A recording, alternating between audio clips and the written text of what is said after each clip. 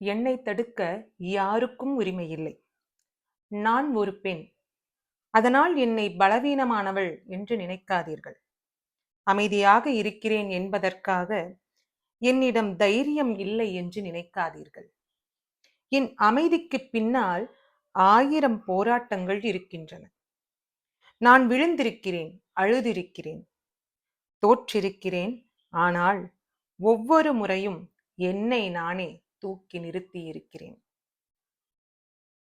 என் வாழ்க்கையைப் பற்றிய முடிவு செய்யும் உரிமை எனக்குத்தான்.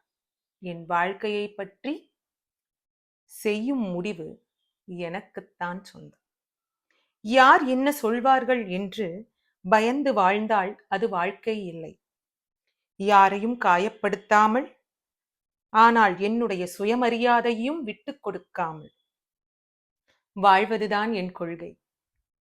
என்னை பற்றி பேசுபவர்கள் பேசட்டும், என்னை விமர்சிப்பவர்கள் விமர்சிக்கட்டும், என்னை தடுக்க நினைப்பவர்கள் முயற்சி செய்யட்டும். நான் நிற்கப் போவதில்லை. ஏனென்றால் நான் யாருடனும் போட்டி போட வரவில்லை. நேற்று இருந்த என்னை விட இன்று சிறந்தவளாக இருக்கத்தான் நான் போராடுகிறேன்.